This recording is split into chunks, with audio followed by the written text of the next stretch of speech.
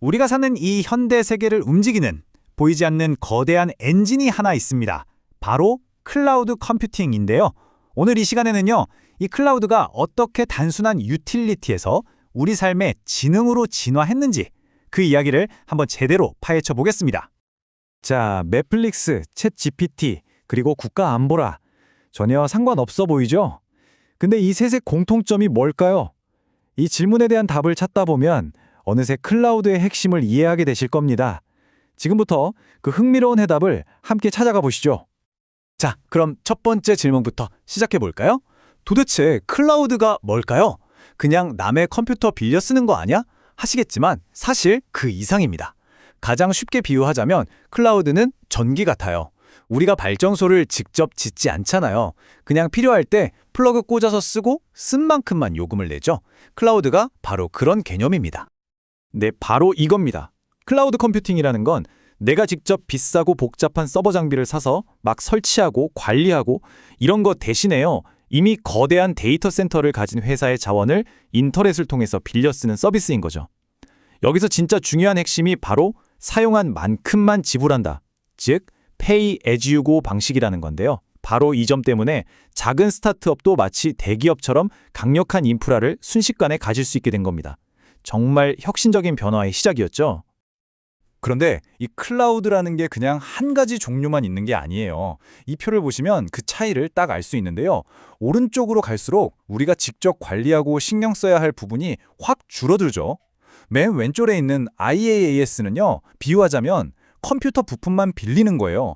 조립은 내가 해야 하죠. 중간에 PaaS는 이미 조립된 컴퓨터 본체까지는 제공해 주는 거고요. 그리고 가장 오른쪽에 있는 SaaS, 이건 우리가 매일 쓰는 구글 드라이브나 슬랙 같은 겁니다. 그냥 로그인해서 바로 쓰기만 하면 되는 완제품 소프트웨어죠. 그러니까 핵심은 이거예요. 내가 얼마나 깊숙이 관여할 것인가를 내 필요에 맞게 딱 선택할 수 있다는 점입니다.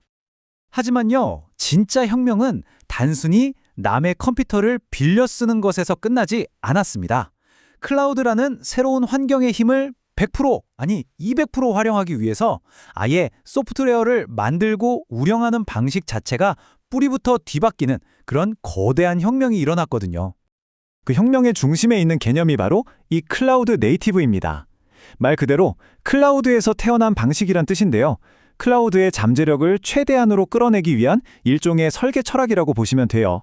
뭐랄까, 육지에서 달리던 자동차를 그냥 물에 띄우는 게 아니라 처음부터 물 위를 달리기 위해 최적화된 배를 만드는 것과 같은 이치죠. 이 클라우드 네이티브의 가장 핵심적인 아이디어가 바로 마이크로 서비스 아키텍처입니다. 이 슬라이드가 그 차이를 아주 명확하게 보여주는데요. 왼쪽에 모놀리식 방식은요, 예전 방식인데 모든 기능이 한 덩어리로 뭉쳐있는 거대한 기계 같아요. 그래서 부품 하나만 고장나도 기계 전체를 멈춰야 했죠. 하지만 오른쪽에 마이크로 서비스는 어떻습니까? 마치 레고 블록 세트 같죠? 기능들이 작고 독립적인 블록으로 나뉘어 있어서 문제가 생긴 블록이나 업그레이드가 필요한 블록만 쏙 빼서 바꾸거나 새로 추가할 수 있는 겁니다. 다른 블록들은 전혀 영향을 받지 않고요. 자, 여기서 바로 아하 하는 순간이 옵니다. 이게 왜 그렇게 중요할까요?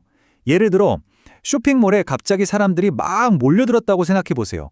과거의 모놀리식 방식이라면 이 트래픽을 감당하기 위해 가게 전체를, 그러니까 계산대, 창고, 진열대 전부를 통째로 복사해서 옆에 하나 더 지어야 했어요. 엄청 비효율적이죠. 하지만 마이크로 서비스 방식은요, 딱 결제 기능, 즉 바빠진 계산대만 여러 개로 복제해서 늘리면 끝입니다. 와, 이게 바로 클라우드가 가진 그 엄청난 확장성과 비용 효율성의 진짜 비밀인 겁니다. 그리고 이 똑똑한 마이크로 서비스들을 실제로 구현하게 해주는 핵심 기술이 바로 컨테이너입니다. 이름 그대로예요. 우리가 쓰는 그 해상 운송 컨테이너, 그걸 떠올리시면 이해가 아주 쉽습니다. 해상 컨테이너가 규격을 통일해서 전 세계 어디서든 똑같이 짐을 실어 나를 수 있게 물류혁명을 일으켰잖아요. 이 소프트웨어 컨테이너도 똑같습니다. 프로그램 실행에 필요한 모든 걸 하나로 딱 포장해서 어떤 컴퓨터 환경에서든, 그러니까 제 노트북에서든 거대한 클라우드 서버에서든 어디서나 똑같이 작동하도록 만들어주는 거죠. 자, 지금까지는 클라우드가 얼마나 효율적인 뼈대를 갖추게 되었는지에 대한 이야기였고요. 이제부터는 이 뼈대에 어떻게 즉 지능이 탑재되었는지에 대한 이야기로 넘어가 보겠습니다. 바로 인공지능 AI와의 만남이죠. 이 둘의 관계는요, 정말 서로가 없으면 안 되는 때려 뗄 수 없는 완벽한 공생관계라고 할 수 있습니다. 이 숫자를 한번 보시죠. 2030년, 그러니까 이제 몇 년 안 남았는데 그때가 되면 전 세계 AI 클라우드 시장 규모가 무려 2,500억 달러에 이를 거라고 합니다. 우리 돈으로 환산하면 300조 원이 훌쩍 넘는 정말 어마어마한 규모죠. 이 엄청난 숫자가 뭘 의미할까요? AI와 클라우드의 결합이 그냥 반짝하는 기술 트렌드가 아니라 미래 산업의 판도를 완전히 뒤흔들고 있다는 강력한 증거입니다.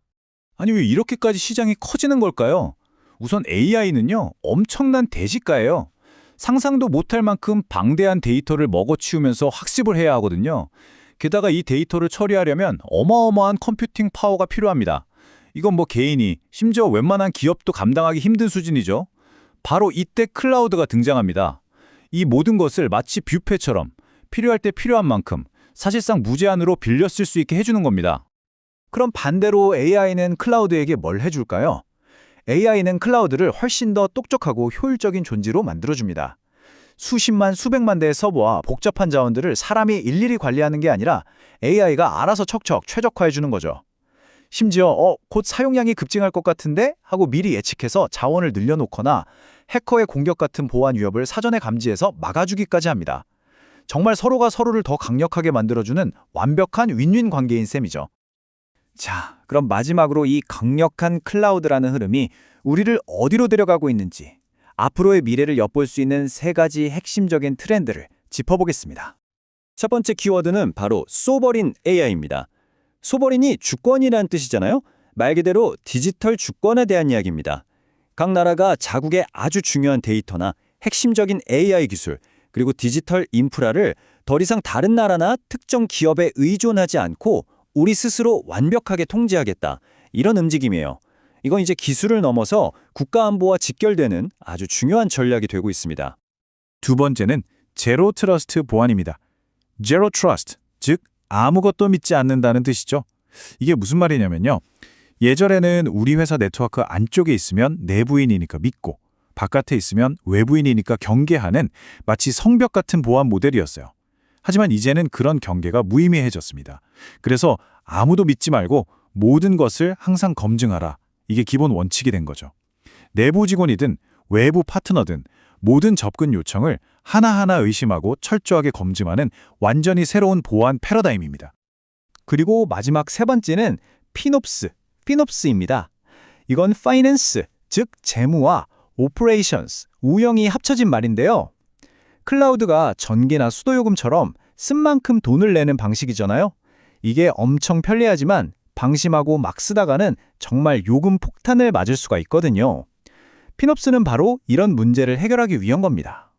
마치 우리가 매달 가계부를 쓰면서 불필요한 지출을 줄이듯이 개발팀, 운영팀, 그리고 재무팀이 다 같이 머리를 맞대고 클라우드 비용을 체계적으로 관리하고 최적화하는 그런 문화이자 방법론이라고 할 수 있습니다. 자, 오늘 우리는 클라우드가 어떻게 단순한 컴퓨터 빌려쓰기에서 시작해서 세상을 움직이는 거대한 지능적인 두뇌로 진화해왔는지 그 여정을 함께 따라와 봤습니다. 그렇다면 마지막으로 이런 질문을 하나 던지면서 마무리할까 합니다. 만약 클라우드가 정말로 이 세계의 새로운 두뇌가 되어가고 있다면 과연 그 두뇌가 무엇을 어떻게 생각할 것인지는 누가 그리고 어떤 방식으로 결정하게 될까요? 우리 모두가 함께 고민해봐야 할 아주 중요한 질문이 아닐까 싶습니다.